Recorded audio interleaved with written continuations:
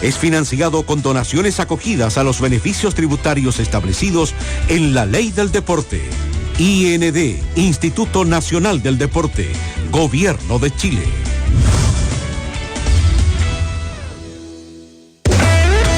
Eso es el deporte que vamos a esta hora de la tarde con el Patito Díaz, Juan Carlos Páez, nuestros comentaristas y el doctor Rafael Torres, médico psiquiatra, director de la Escuela de Medicina de la Universidad Católica. Le vamos a sacar provecho, Doc, porque fíjese que analizamos fuera de micrófono con Juan Carlos Páez este tema de las famosas vacunas, ¿no? Que están llegando a Chile y que además uno dice es un salvavidas para, diríamos, la población en general. Pero aquí hay un vínculo que me gustaría que usted al menos nos ayude a despejar o cómo se aborda. Y pongo como ejercicio lo que me pasó hace algún tiempo. Lo primero es que cuando le dicen usted tiene un tumor, se va a baja información de internet y se encuentra con un abanico de información, doctor, pero con un abanico de información. Desde lo más leve hasta lo más complejo, ¿no? Si usted se va al tema, diríamos, de las vacunas, también se encuentra con una serie de información relevante y que muchas veces la población no sabe cuál información tomar, cuál es la correcta o cómo procesarla, porque usted bien dijo delante. Desinformación. Y no cabe ninguna duda, porque hay mucha desinformación también. Entonces, uno de repente, diríamos, toma la información y dice, no, esta es la respuesta más correcta, estos son casi mis síntomas que tengo, así que esto me viene bien. Y no pregunto al médico. Y efectivamente que la internet, siendo una revolución, la cuarta revolución industrial, la más importante, dicen, de la humanidad, hoy en día, podrá llegar otro doctor también y podrá reemplazarla en su momento, pero ¿cómo logramos resolver un tema que lo tenemos aquí, Doc? Aquí, usted hace clip y tiene información. ¿Cómo la proceso? ¿Cómo logro resolver cuál es la correcta y cuál es la información incorrecta? ¿O cuál es el mecanismo a seguir para simplificar un poco más la pregunta, doctor? Sí, bueno, una pregunta, Juan Antonio, no sé si soy capaz de responderla bien, pero mira, voy a partir un poco atrás. En medicina, a los alumnos, cuando parten su carrera, les enseñamos una estrategia que se llama lectura crítica. Tú lees un artículo, un paper le llamamos nosotros, de alguna revista internacional, lees un paper y tú tienes que leerlo con cierta estrategia, ¿de acuerdo? Y tú aprendes entonces a leerlo críticamente. Tú dices, mira, esta información, ¿qué tiene de bueno? Uno, tú ves los autores, quiénes son, cómo hicieron la investigación, los resultados, si las conclusiones que saca tienen que ver con los resultados que están ahí, se llama lectura crítica. Y ese es un hábito que deberíamos tener todos cuando leemos un periódico, cuando vemos una película, lo que se llama lectura crítica. Yo creo que eso se ha perdido y probablemente con estas estrategias de comunicaciones tan cortas y Twitter en no sé cuántos caracteres y tanta información, la lectura crítica se ha perdido un poco como estrategia intelectual del público y lee cualquier cosa y le da la misma validez a A o B, ¿de acuerdo? Yo creo que es un problema. Yo creo que en internet se pueden encontrar cosas muy serias, muy importantes, muy relevantes, pero también se puede encontrar mucho lo que llaman las fake news y la información falsa, a veces intencionadamente falsa, que es lo peor, con una intención de perjudicar o con alguna ganancia detrás de eso que uno no alcanza a saber, ¿de acuerdo? Y eso ha pasado mucho con el tema de las vacunas y todo eso. Yo creo que si uno ve la información críticamente y va a las fuentes más fidedignas, hoy día tendríamos que decir que todas las vacunas que están aprobadas hoy día son un aporte muy importante para lo que estamos viviendo. Hay que reconocer varias cosas. Las vacunas han sido puestas entre que partió la pandemia y se supo que este era un virus, el coronavac, ¿cierto? Que ese es el virus que produce esta enfermedad, hasta que tenemos las vacunas. ¿Cuánto va? ¿Un año? Un poco más de un año. Algún día van a tener que hacer una película de qué es lo que pasó y cómo se esforzó y la industria, las empresas, y la universidad y todo, sacaron una vacuna en un año. Algo que demora siempre 3, 4, 5 años, se hizo en uno por la emergencia con que estamos. Y por lo tanto hay que reconocer que a lo mejor no tenemos todas las respuestas de cuánto tiempo es la inmunidad, de qué tipo es la inmunidad y cuánto dura, no lo sabemos, por supuesto. Pero en medicina hay un par de principios que hay que tener siempre. Que uno es el principio de la maledicencia, no hagas daño. Y el segundo principio es el de beneficencia, hace el bien, ¿de acuerdo? Y todas las vacunas tienen ese equilibrio, no producen daño y hacen bien. Hacen bien para evitar que la enfermedad sea grave y que tú, en vez de tener una enfermedad del COVID, no termines hospitalizado con ventilador, con un ECMO, que en el fondo es una membrana que reemplaza tus pulmones y respira por ti. Estamos evitando esas cosas graves y podrías tener eventualmente una enfermedad mucho más atenuada. Entonces hay que tener clarísimo, hoy día me parece a mí, que la evidencia, y apareció ahora en Lancet, una revista de prestigio, que la vacuna rusa, la Sputnik, por la cual teníamos serias dudas, o yo las tenía personalmente porque no estaba la información, yo no leí ese artículo porque es muy reciente, pero aparece en Lancet ya que también tienen una eficacia y una seguridad razonable que hace que esté bien. Entonces yo creo que hoy día no hay ningún argumento de peso y serio que diga que la gente no se va a vacunar con las vacunas que están disponibles. Y los consejos de los expertos, tanto nacionales como internacionales, es por favor, vacúnese con la primera vacuna con la que usted tenga oportunidad de vacunarse. No espere una que supuestamente va a ser mejor, porque además cuando dicen que es mejor, están viendo una población. Pero cada persona es individual, puede que justo para usted esa vacuna no era la mejor. Entonces, por favor, la gente que entienda que aquí hay estudios serios y la información que está disponible y tienen que vacunarse con la primera vacuna que tengan disponibles. No estén esperando a que llegue una supuestamente mejor porque hay un porcentaje que les parece más atractivo y por esperar tienen la enfermedad y por tener la enfermedad van a tener las consecuencias. Eso sería un despropósito completo. Las vacunas son seguras, las que están, y son útiles y son beneficiosas y pueden cambiar la evolución de la enfermedad en la persona y también en la comunidad. Así que yo creo que tienen que vacunarse. Las vacunas son... Hoy día hay tecnologías para generar vacunas con distintas tecnologías. La vacuna de Pfizer, que fue la primera que se aprobó, es una tecnología muy moderna. Es primera vez en el mundo que se hace una vacuna con esa tecnología. ¿De acuerdo?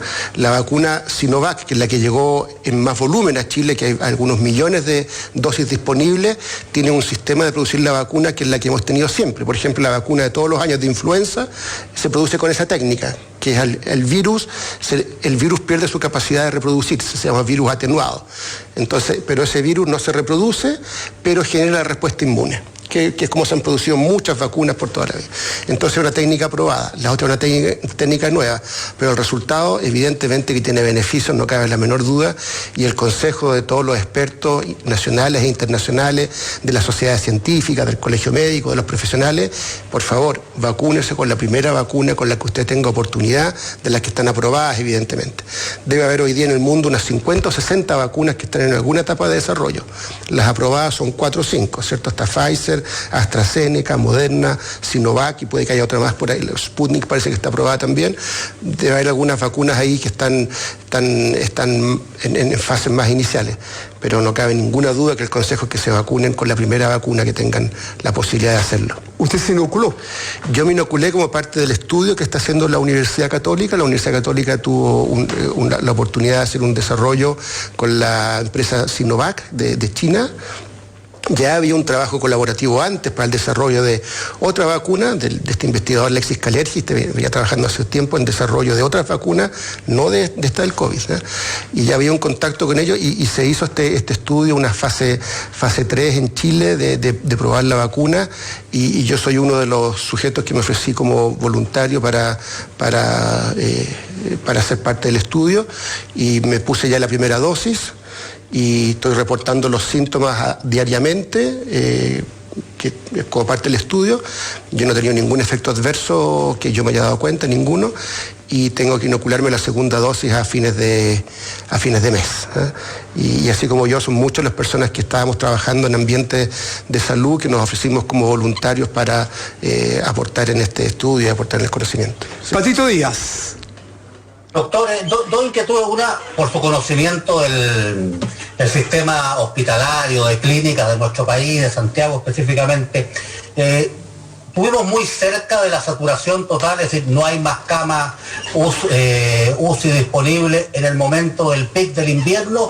¿Y cómo andamos en relación a eso ahora, en esta segunda ola? ¿Es superior a lo que aconteció a mitad del año pasado, o estamos en una etapa más o menos similar en cuanto a un, se habla del 90 y tantos % como promedio de ocupación de camas?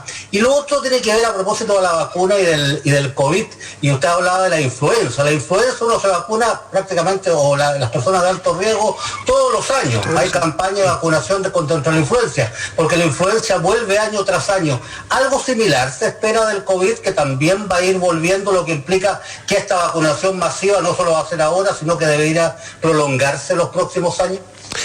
Sí, de la primera pregunta, Patricio, hay dos cosas.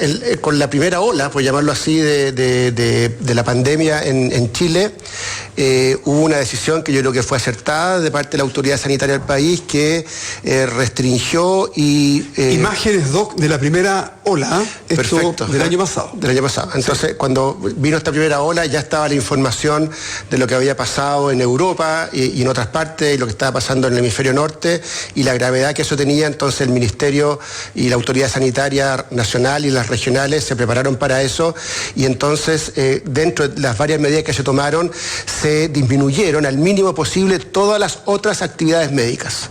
Entonces todo lo que era electivo, y esto les digo yo como en un comienzo, la atención ambulatoria bajó a la mínima expresión. Entonces todos los esfuerzos de profesionales y recursos humanos y materiales se dirigieron al COVID. Y el hospital, por ejemplo, nuestro hospital de la Católica llegó a tener un 80 y tanto % de su ocupación dirigido al COVID y dedicado a eso. Y ahí hubo que reconvertir todo. La maternidad se reconvirtió en COVID, pediatría se reconvirtió en COVID, la unidad coronaria en COVID, los pabellones de cirugía en COVID, las máquinas de anestesia para ventilar, todo estuvo porque fuera necesario. Hoy día la situación es seria, por supuesto, no ha dejado de serlo seria nunca. En Chile nunca ha dejado de ser seria la situación, pero en algún momento, cuando empezó a bajar eso, se abrió la atención en salud a las otras cosas, porque no se puede detener la atención de salud del público general. Entonces se empezaron a ocupar las camas y los recursos humanos y materiales en las otras necesidades de las personas, que no están restringidas al COVID, por supuesto. Y ahora entonces hay una mezcla, que los hospitales están muy ocupados por la combinación de ambos. Tenemos evidentemente más pacientes COVID, han ido creciendo en el último tiempo, pero estamos lejos de los números que había en junio, julio, que fueron los peores meses. Estamos lejos de eso, y hoy día la preocupación es un poco de los equipos humanos, porque efectivamente llevan un año y tanto trabajando intensamente, y con lo que estábamos hablando a raíz de esta invitación que me han hecho, todo lo que han tenido que vivir como estrés, tanto en su trabajo como en su familia, sus vidas personales. Entonces hay un personal que está muy agotado, y tenemos efectivamente un aumento de las licencias cercano a un 20% por sobre de los estándares habituales. Entonces hay un problema de los equipos y los recursos humanos que preocupa mucho, pero hay capacidad de respuesta todavía abundante, y se podrían tomar otras medidas, como por ejemplo volver a disminuir algunas cosas electivas para desocupar camas intensivas. La autoridad sanitaria le pidió a todas las instituciones de salud que llegaran a, creo que es un 75% del máximo que tuvieron en el pic de la pandemia. Están preparados para eso, y han hecho las visitas a los distintos hospitales. Hace poco fueron al Hospital Clínico de la Universidad Católica a revisar si estamos preparados para eso, así que eso está preparado. Entiendo que en regiones, bueno, en algunas regiones la situación se ha hecho un poco más crítica, pero hay un manejo centralizado de camas. Si algún paciente necesita una intervención de respirador en alguna región y no está disponible ahí, se traslada para donde haya, y en Santiago todavía hay capacidad de recibirlo. Yo creo que el tema del autocuidado y las medidas que todos sabemos, la mascarilla, el lavado de manos, la distancia social y todas esas precauciones siguen siendo muy importantes. Yo creo que van a seguir siendo a pesar de la vacuna, y hay que seguir tomando esas medidas, pero todavía hay respuesta. La segunda pregunta, Patricio, era sobre... La vacunación se va a tener que esperarse como la influenza. Sí, eso es una de las dudas que tenemos. Hay vacunas que producen inmunidad permanente. Nos vacunan una vez contra la polio, nos vacunan una vez contra el sarampión, porque producen inmunidad permanente. La vacuna de la influenza produce una inmunidad transitoria, y además que el virus de la influenza cambia todos los años. Es un virus que muta y cambia, entonces la vacuna de un año puede que no sirva para el año siguiente. Entonces la Organización Mundial de la Salud tiene un sistema de vigilancia, y van viendo cuál es el virus que está afectando el mundo, y se produce la vacuna y se producen estas campañas. Tenemos que ver cuánto tiempo es la inmunidad que nos produce el COVID. ya sea porque me infecté o porque me vacunaron, por cualquiera. ¿Cuánto tiempo dura esa inmunidad? Ojalá sea larga y la vacuna dure más tiempo, pero es posible, y hay que ver eso con la información, que también sea una vacuna que haya que hacerla cada cierto tiempo para estar inmune, porque efectivamente el virus parece que se va a quedar con nosotros por un tiempo largo. Está por verse eso, cuánto tiempo es la inmunidad que produce la misma enfermedad y cuánto tiempo produce la inmunidad las vacunas. Y ahí puede que haya alguna diferencia, que alguna vacuna produzca una inmunidad más larga que otra. Eso está por verse todavía y no está la información. Estamos recién vacunando, no sé, en el mundo eran algunos pocos millones de personas vacunadas todavía en todo el mundo, así que hay que ver qué es lo que pasa. Pero es probable que sea una vacuna que requiera cierto refuerzo y cierta revacunación regularmente. Doctor, me quedan dando vueltas lo que señala recién. Eso puede implicar, porque claro, ahora comenzó un proceso, y lo pregunto desde la total y absoluta ignorancia, comenzó un proceso de vacunación. Me ponen una dosis y que alrededor de 28 días ponen la segunda dosis y se supone que recién ahí se consigue la inmunidad. Pero usted está señalando, insisto, lo pregunto, quizás incluso no entendí en una de esas lo que dijo recién, que no se sabe cuánto va a durar esa inmunidad de las vacunas que hoy en día nos están poniendo. Entonces quiere decir, a ver, no sé si estoy formulando bien la pregunta, pero quiere decir, me puse la primera, me puse la segunda dosis, y no voy a saber cuánto tiempo, me puede durar un mes, me puede durar 2 meses, y no se sabe hoy en día cuánto, aunque por decir, desde la base, un mínimo de inmunidad. Eso es lo que no se sabe, Juan Carlos, pero se va a saber. Por ejemplo, yo en mi estudio, como soy parte de este estudio, a mí me van a medir los anticuerpos que yo produje con la vacuna, y me lo van a medir por 1 año. Yo soy parte, si tengo que ir cada cierto tiempo y me van a medir si tengo los anticuerpos y cuánto tiempo me duró a mí. Y así con miles de personas en el mundo, entonces ahí vamos a saber cuánto tiempo dura la inmunidad. Esa información hay que capturarla y analizarla. Hasta ahora la evidencia, el país que ha tenido más vacunación parece ser Israel, de la información que está disponible, y salió en la revista El Economist del último número, como efectivamente con poco tiempo de vacunación en Israel había bajado efectivamente el número de casos activos y las hospitalizaciones. O sea, tiene un efecto agudo, inmediato, positivo. Ahí vuelvo a dar el consejo, por favor vacúnense con la primera vacuna que tengan disponible. ¿Cuánto dura la inmunidad? Hay que estudiarlo y es parte de lo que se está estudiando en Chile y en todo el mundo. Claro, pero apunto, perdón, que no quiere decir que puede ser que me vacuné y al mes me dé coronavirus porque quizá dura un mes la vacuna. A eso no sé si me explico bien. Claro, si te vacunas y te da el COVID, no vamos a saber si es porque la vacuna no te produjo los anticuerpos a ti, pero no sabemos si a nivel poblacional, porque eso hay gente que se vacuna con la influenza igual de edad. Claro. Eso también pasa, ¿te fijas? ¿No? Entonces, la respuesta inmune a las vacunas también depende de factores personales. Entonces, esa variable nunca se va a saber a nivel individual, pero sí a nivel de poblaciones, ¿de acuerdo?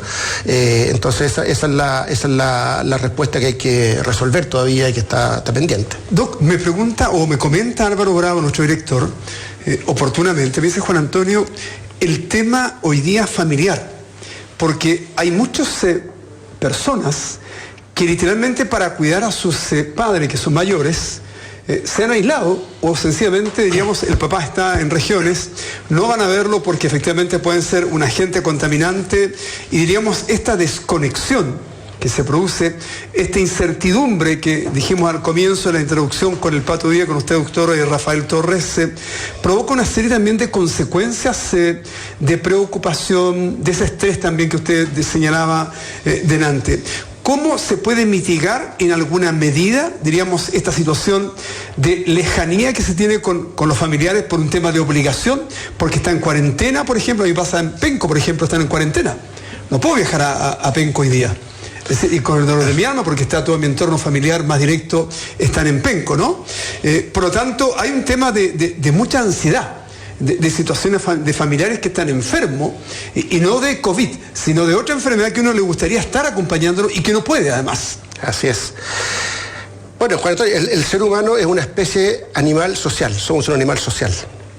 Hay especies animales que son sociales y otros que son aislados, ¿cierto? Nosotros somos... Aquí tenemos varios que no son muy sociables, pero... No, pero somos un ser social, estamos hechos para eso y construimos, y nuestro sistema nervioso está desarrollado para relacionarse con los otros y vivir colaborativamente. Así efectivamente nos desarrollamos como especie y así estamos en todas partes del mundo. entre los dos polos. Entonces, efectivamente, el componente social y la sociabilidad y la socialización es un componente humano fundamental. Y efectivamente uno de los problemas de esta pandemia está en la interferencia en esa actividad de socialización.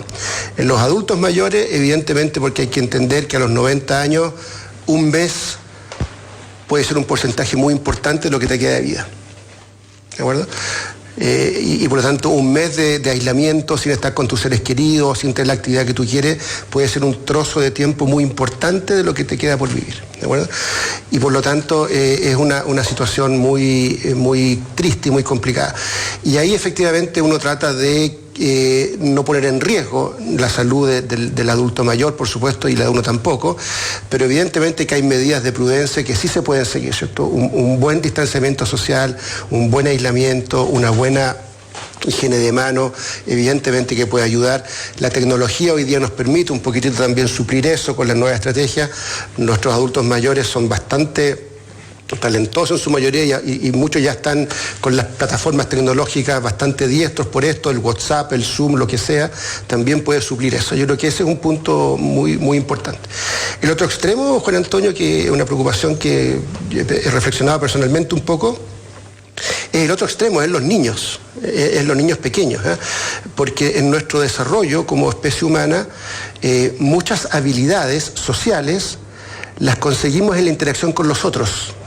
El desarrollo de las virtudes, el desarrollo de la tolerancia, el respeto por el otro, el entender al otro, las claves sociales, se aprenden en el terreno. No hay un manual, no hay un libro, hay muchos, pero es como leerse un libro de golf. Yo lo puedo saber, pero llévame a la cancha, no le voy a pegar a la pelota, ¿de acuerdo? Eso no va a pasar. Yo puedo leerme un libro de desarrollo de relaciones sociales, pero yo tengo que practicar eso, ahí lo voy a aprender. Entonces, a mí lo que efectivamente también nos preocupa ya mucho, digamos, es cómo puede este aislamiento interferir en el desarrollo de habilidades sociales en los niños pequeños, cuando su cerebro está formando esas conexiones neuronales que las da la interacción con el otro.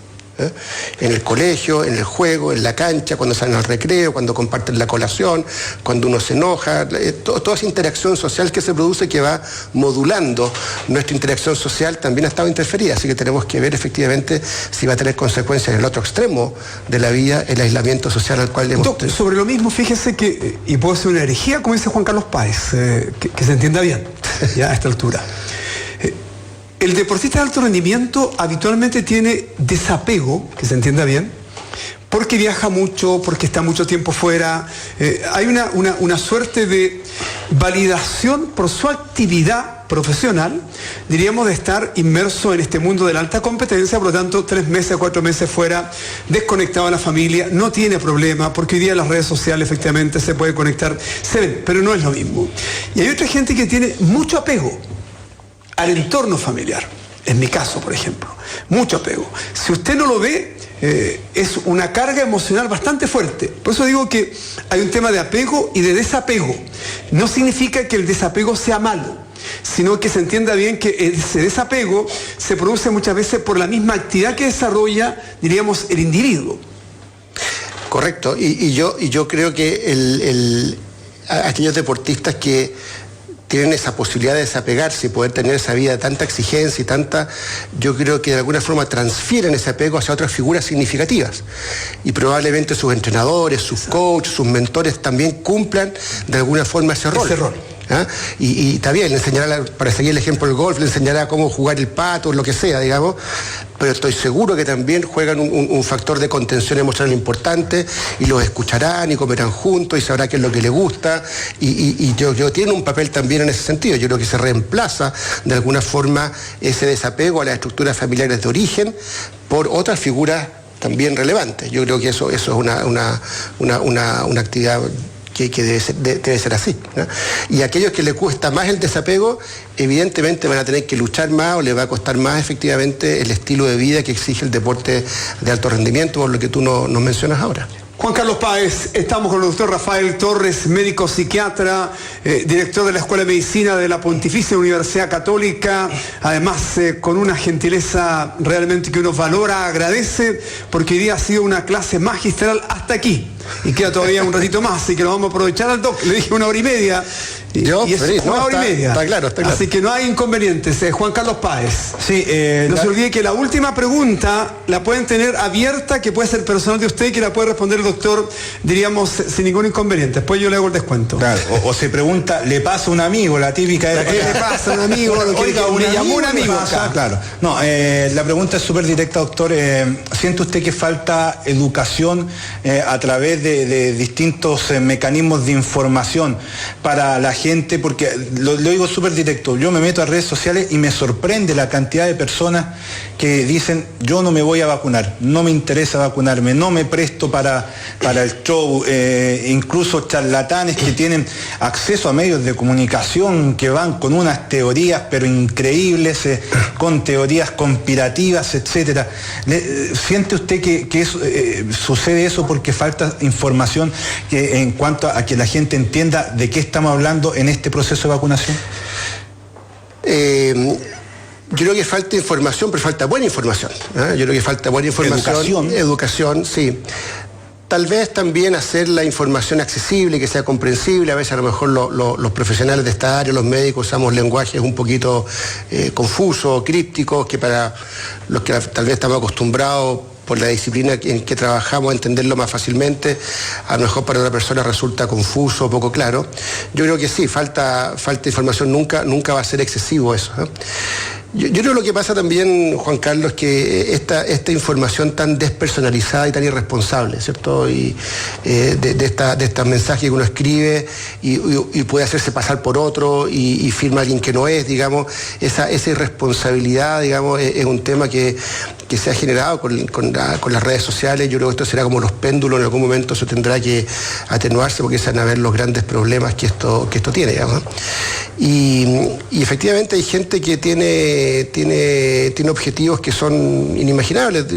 He escuchado hoy día que cerraron una fábrica en China que estaba produciendo vacunas falsas. Alguien vio una oportunidad de negocio por ahí, entonces dijo, aquí voy a enviar esto y qué sé yo.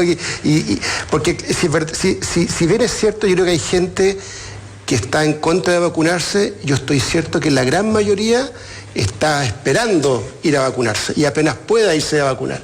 Y hoy día lo vi, en la universidad estaban vacunando, fui a ver, estaban vacunando a nuestro equipo de salud y algunos alumnos ya. Los alumnos son parte del equipo de salud, entonces también tienen que ser vacunados.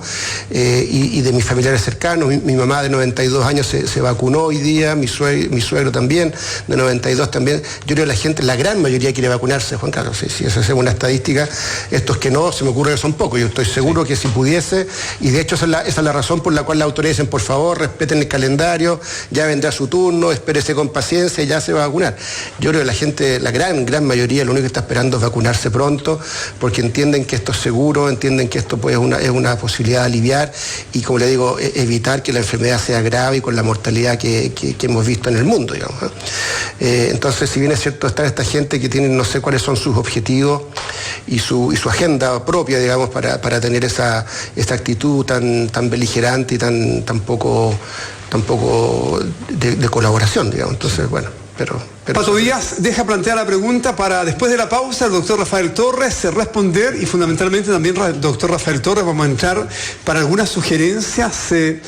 No se olvide que Hola Deportes Caroz es un programa que se dedica a todos los deportes menos el fútbol, así que pero también le damos tribuna al fútbol de vez en cuando, especialmente a nivel de selecciones para los Juegos Olímpicos o en este caso el repechaje que tiene Chile. De hecho, mañana estarán dos invitados que tienen relación con el fútbol femenino de selección. Estará el entrenador y además una de las jugadoras emblemáticas de la selección chilena para conversar con Hola Deportes Carosi.